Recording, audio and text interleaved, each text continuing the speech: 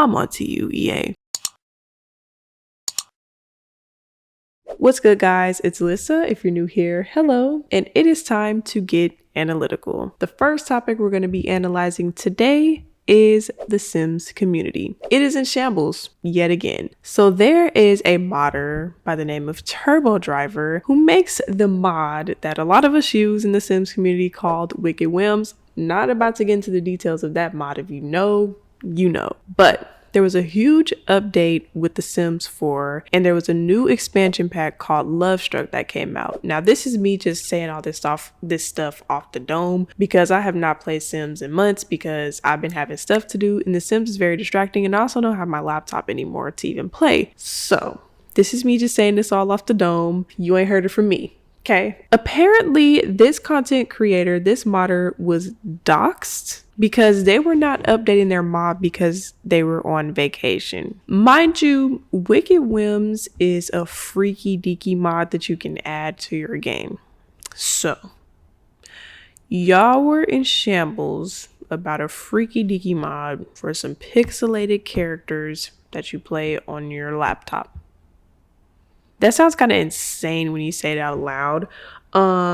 That's not okay, like, at all. And I think that you guys should get a life. That's just me though. Apparently, this new expansion pack completely just messed up a lot of people's games, which is not a surprise. That has probably happened with every single expansion pack that dropped. Plus, I think My Wedding Stories is a game pack. That game apparently was just completely broken. The craziest thing is, for me, My Wedding Stories actually wasn't glitchy. Like, I actually really enjoy using My Wedding Stories and it adds a lot to my game. So I wasn't one of those people that it really like messed up with, but that's not to say that it wasn't and it hasn't, because overall The Sims 4 just never works. It's very annoying, but doxing a modder and a content creator over not updating their mod in time is insane. So I literally pulled up a tweet where people were like under his comments on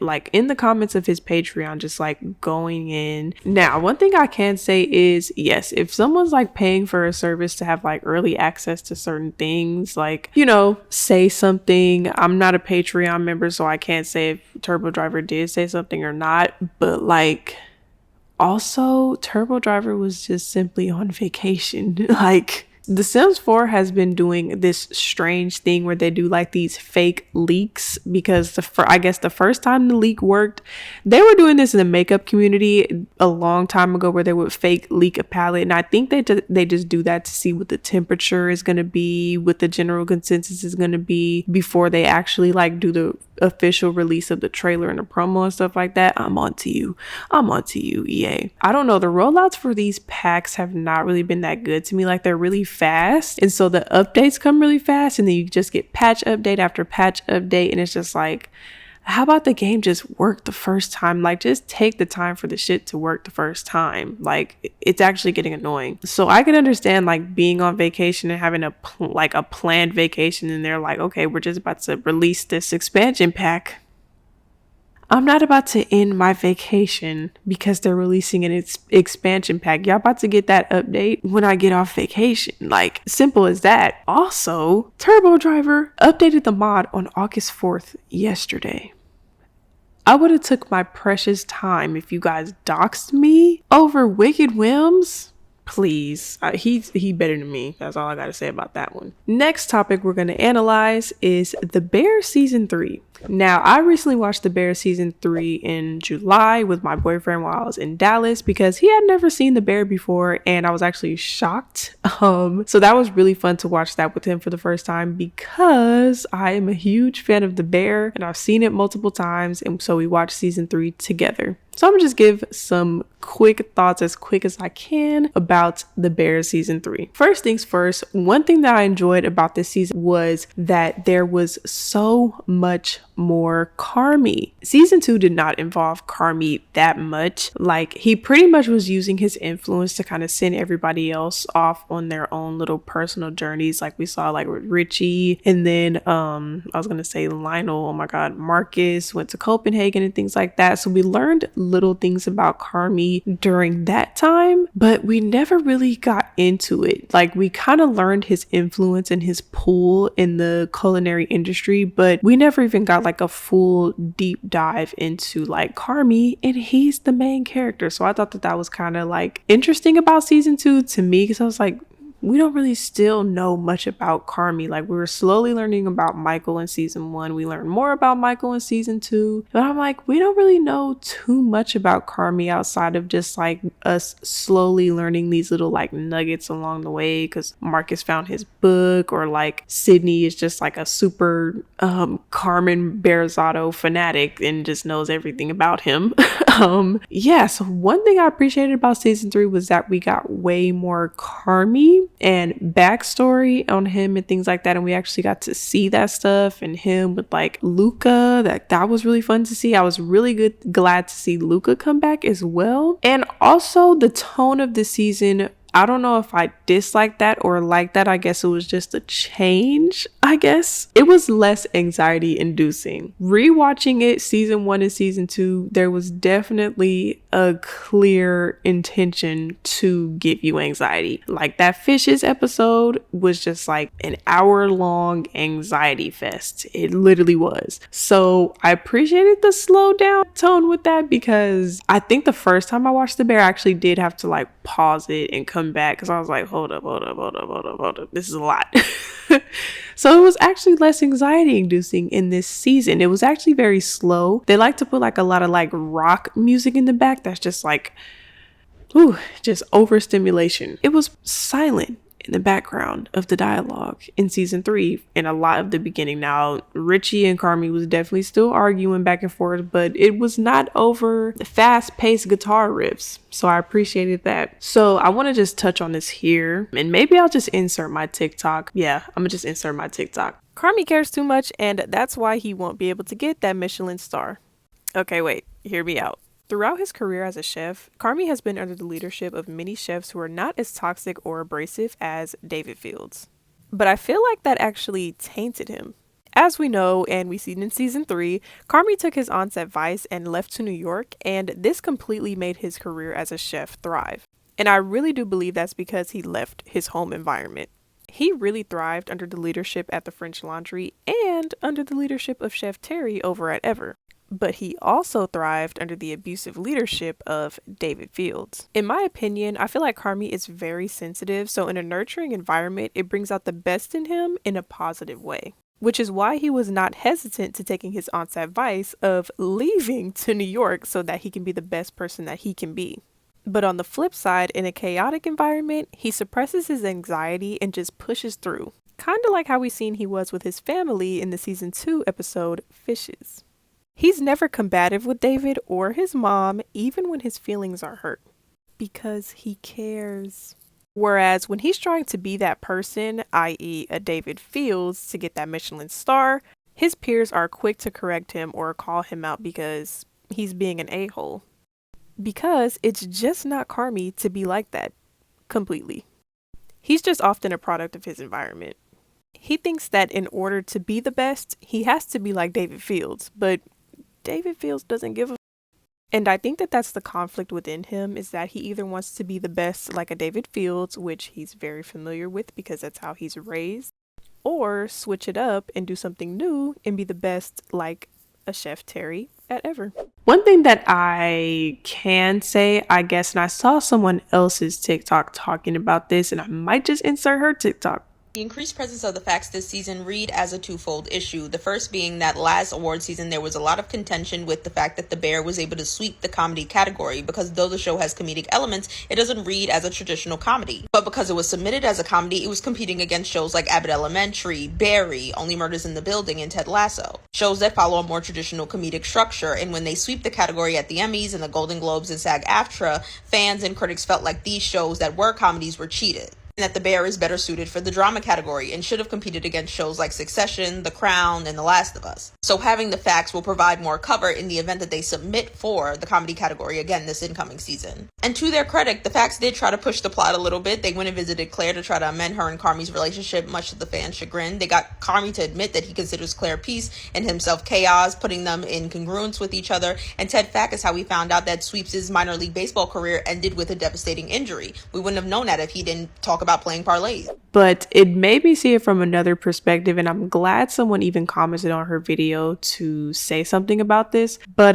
yeah, too many fact scenes, dare I say. I know that I think it's the original Fact, like the first one that we met. He's like an executive producer of the show. Like he's like important to like the creation of the show. So like sure, keep the scenes, I guess. But like it was too many fact scenes for me.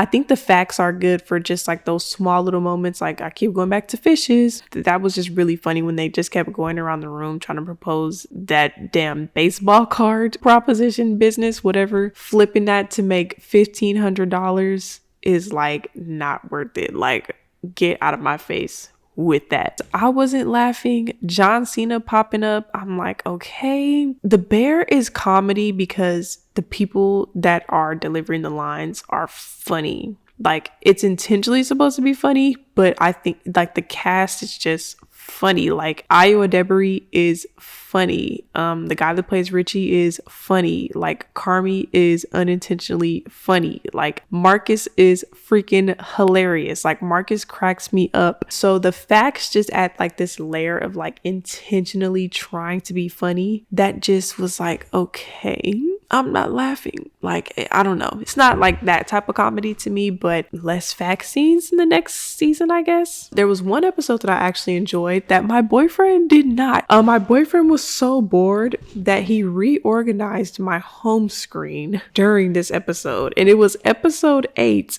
Ice Ships. I actually enjoyed that episode because I thought it was very important. My mic, hold on. Hopefully my audio is not distorted or anything. I'm trying something new where I'm actually holding my microphone. I actually enjoyed that episode because as someone who, you know, just enjoys seeing mother-daughter dynamics, I thought that episode was really important for Natalie and also for us to just see their mom again. I don't remember their mom's name. Oh, Donna. To just see that Natalie-Donna perspective or dynamic. I thought that it was just beautiful for them to just kind of go through those motions. There's a new life coming in, mother-daughter reconciliation in a way, because I think Donna was still not really okay with the fact that Natalie didn't tell her about the baby, and also with Natalie just openly saying like, I don't want that for my baby. Like, I don't want what we went through for my baby, and I'm not quite sure that you're even ready to just kind of be different. I think that even with Natalie telling her that, that's a whole nother can of worms that's opened up for their mom to have to deal with and reconcile with. So yeah, that was a great episode. I loved Donna talking about each one of their birth stories and things like that. That previous person's TikTok that I inserted that was talking about it, check her out because she made some really, really great commentary on the bear that was just very intellectual and very, very critical. And I really enjoyed that. She made a point about like how each person's birth story kind of summed up their personalities. Go watch it. Go follow them. There was a part where Sydney was offered a job from a previous employee of the restaurant ever, which was Chef Terry's restaurant that closed down at the end of the season. Wait, spoiler alert for anybody that hasn't seen The Bear season 3. I think she should take that job. Am I the only one that thinks Sydney should take that job? I think Sydney should take that damn job. That person on TikTok literally made such great points, and I should probably get their name. She was saying that Sydney escapes accountability a lot, and I'm going to insert the TikTok. Maybe an unpopular opinion, but Carmi's very clear damage has allowed Sydney's lack of accountability to go unscathed. And I want to address that for a second because there's a pattern here with Sydney's enthusiastic behavior, Carmi's over response, and then the push and pull. In season 1, when it's still the beef, they take mobile orders at Sydney's insistence. Carmi says they're not ready. She insists. He acquiesces, and she forgets to turn off the pre-orders. 80 plus orders come in before service, 𝙬𝙪𝙗𝙬 blacks out, and Sydney quits. That was entirely her fault. She took little responsibility and she dipped. Did 𝙬𝙪𝙗𝙬 explode and have an overreaction? Sure, because the thing happened that he said would happen had he had been listened to. In season 2, when they're trying to get the financial backing of Uncle Jimmy without discussing it with 𝙬𝙬𝙗𝙬 first, when all three of them are talking to him, she promises that they will get a Michelin star. 𝙬𝙬𝙗𝙬 says no. Sydney insists when they have a private, intimate conversation about it, and she asks him about why he doesn't want a Michelin star. He tells her, if we do this, it will consume our lives. You will not like what it'll look like in pursuit of this. She insists, he acquiesces, and all of season 3, in pursuit of this Michelin star, 𝙬𝙬𝙗𝙬 becomes the kind of chef he told her they would have to be in order to pursue this thing. And she's about to leave the kitchen again to go with Adam Shapiro. And I know I'm saying that Sydney should go, but I don't think that her and 𝙬𝙬𝙗𝙬 are quite ready to be business partners at this time. I do think that 𝙬𝙬𝙗𝙬 can get that Michelin star on his own and build this restaurant, but a lot of those ideas were Sydney's and things like that, whatever. But I think that they should just take a little break. I think that she should just work somewhere else for a little bit. Everyone else kind of got their side quest. Sydney didn't in season 2. And I think that this would be a good side quest. I don't think that 𝙬𝙬𝙗𝙬 would completely just turn her away if she decided she wanted to come back to the Bear. But yeah, I think Sydney should take that job. And I also think that Sydney needs a real love interest. I'm ready to see Sydney in a romantic capacity with somebody. You know, I think it's fun to entertain the idea of her and Marcus being romantic, but that scene from season 2 just really tainted it for me a little bit when he was like, are you mad at me? Whatever. I was just like, ugh. Men, ew. Yeah, I think she needs a real love interest. I'm Sid 𝙬𝙬𝙗𝙬 sometimes. I'm Sid Marcus sometimes, but I think that she just needs a whole brand new love interest, to be honest. And also Richie x Jess. I'm here for it. I'm not really a big fan of Claire Bear either.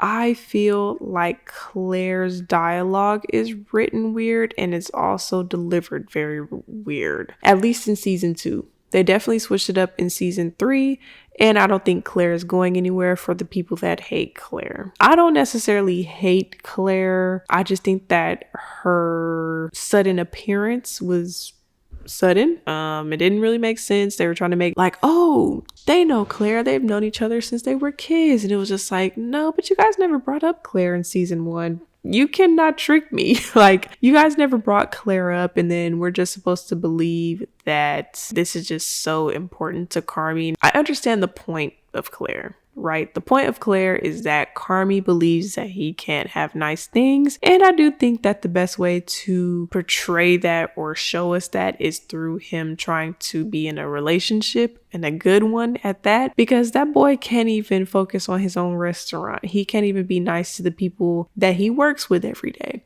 His family is not the best. And I think that in situations like that, you really see the parallels between how similar 𝙬𝙬𝙗𝙬 is to his mom. Word to Richie calling him Donna in that freezer. I'm just saying. She's pretty much just a plot device to show that 𝙬𝙬𝙗𝙬 doesn't believe that he can have nice things, but 𝙬𝙬𝙗𝙬 also just believes that anyway. So we were left on a cliffhanger. Their uncle gave them an ultimatum pretty much. Sorry if I sound sleepy. It is 12:34 a.m. and I'm trying to batch record right now. Anyway, their uncle, what's his name? Cicero, gave them an ultimatum. If that review is bad, he's pulling his money out the restaurant. Bye the Bear. And I guess, if the review is good, they keep the Bear. We got left on a cliffhanger. What do you guys think? Do you think the review was bad, or do you think the review was good? I'm gonna say I think the review was bad. There was a little bit of mixed things in that review, but I'm gonna say I think the review was bad, because when does things ever go good in the Bear? Dare I say, it'll be fun to watch. Last thing we're going to analyze here today is Love Island UK. I don't know what season this is, 11? Anyway, I've been watching Love Island UK since I think the Moira season. That was like my first season. I possibly watched the season before that. Don't ask me no season numbers. I could not finish this season of Love Island UK, y'all. I couldn't do it. I could not see Mimi be down bad for Io like that. Like, it literally hurt my heart. And I was just like, I can't do it. One, this cast was just not that interesting. There's seasons where they cast some really good people that just have great personalities, and the drama just is so natural. And then there's some seasons, this season, where there's just like a clear villain, and I think that's, what's her name? Harriet. Harriet is horrible. At least from where I stopped. I'm really in the beginning of the season. Harriet is horrible. She's just a clear villain, and everyone else is just kind of really sticking with their people, and these are pretty decent cast members. Like, nobody's really just like, yeah. Like, even Mimi, I'm always rooting for the black girl. Gorgeous girl. I want the best for her. That's why I couldn't finish. I feel like she's definitely one of those people that are very monogamous. When she likes somebody, she's gonna stick with you. But then Uma comes to the villa. Uma's very friendly. She's outgoing. She has a more bubbly personality. She has an every person personality. And I think Io was falling for that. And I think that was his downfall, because Uma is like that with everybody. And I think that he was falling for that personality and taking it personal. Like, oh, she's like this with me. But Uma is bubbly and fun and talkative with everybody. Boy, you're not special. So you are screwing over Mimi because you're starting to fall for Uma because you think that you're special and that she's being like this with you. Only no, that whole messy situation with Mimi stealing Io back, I personally think that it was a little bit disrespectful for them to kiss, Io and Mimi, because I think that Uma actually was being pretty respectful to their situation as well. And in the beginning, I'm thinking, like, I don't think Mimi would do what she did after she stole Io back. I was thinking Uma was gonna do something like that, because I was like, Uma's on this villa now. She about to take your man. Why are you not turning the flirting up to 10? You know? But hey, she made me bite my tongue. Okay, she did turn the flirting up to 10. I didn't like seeing Uma hurt in that way. But yeah, I had to stop, because those conversations that they were having when they pull Io to the side and he was basically like talking in circles saying like, oh, if I'm talking to you, I'm going to be honest and say how I feel. But they're like, they're asking you directly and you're not saying direct answers. That was getting on my nerves. He was playing with both of them. I didn't like that for my black girls. And so what I do, I get on Twitter, Io and Mimi. You're telling me that this Io and Mimi situation is going to go on for 50 plus episodes, 40 plus episodes? I'm not finishing this season. Catch me on the next one. And I think I'm just about to start watching Love Island US. The only season of Love Island US that I've watched, actually no, I watched the first season, sucked. That first season of Love Island US is horrible. And then the season with Justine and Caleb. That was the only 2 seasons that I watched. So I'm excited to see what Love Island US, this current season that just ended, has to offer. That's enough analyzing for today. My brain hurts. My throat hurts. I've talked too much. If you made it to the end of this video, make sure you give this video a big thumbs up. Make sure you subscribe to my channel and make sure you hit the notification bell to stay up to date with posts and uploads from me. And if you would like to keep up with me outside of YouTube, you can follow me on Instagram or Twitter, mostly on Twitter. Not so much these days. I got in a relationship. I ain't been on Twitter. I'm just be real about that. But any information on my socials, you can subscribe to my Patreon. All that stuff is in my description box down below. And I will see you guys in my next video. Peace.